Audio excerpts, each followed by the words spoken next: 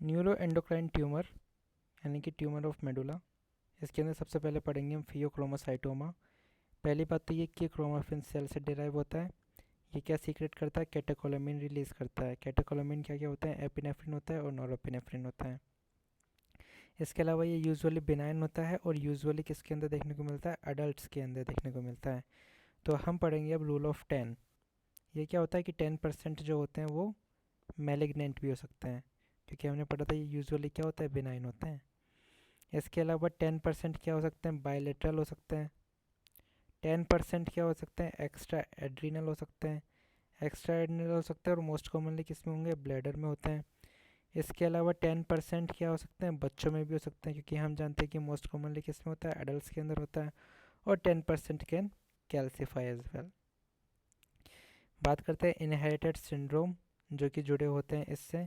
तो हमने पढ़ा था वोन हेपल लैंडाउन डिजीज, जिसके हमने पढ़ा था कार पीप पढ़ा था।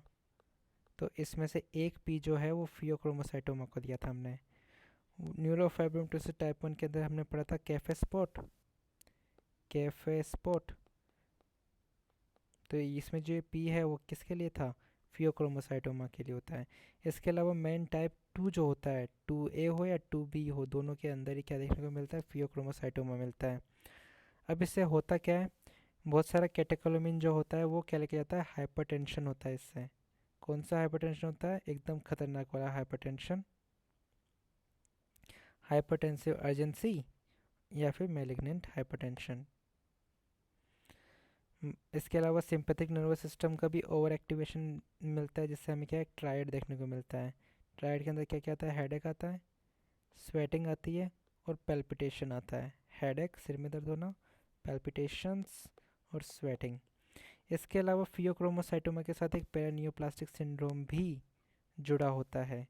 ये पैरानियोप्लास्टिक सिंड्रोम क्या करता है? बहुत सारा ईपीओ रिलीज करता है, जिससे पॉलीसाइथीमिया होता है। डायग्नोसिस की बात करें तो हम चेक करते हैं मेटानेफ्रिन और नॉरमेटानेफ्रिन के लेवल चेक करते हैं। ट्रीटमेंट की बात करें तो हम एक बात ध्यान रखनी पड़ती है इसके अंदर कि blood pressure should be lowered prior to surgery to prevent hypertensive crisis, जिसके लिए हम अल्फा ब्लॉकेड यूज़ करते हैं। कौन सा? फिनोक्सीबेंजामीन जो कि यूज़ करते हैं। और उसके बाद में सर्जरी के बाद में हम बीटा ब्लॉकर्स देते हैं, प्रोपेनोलॉल।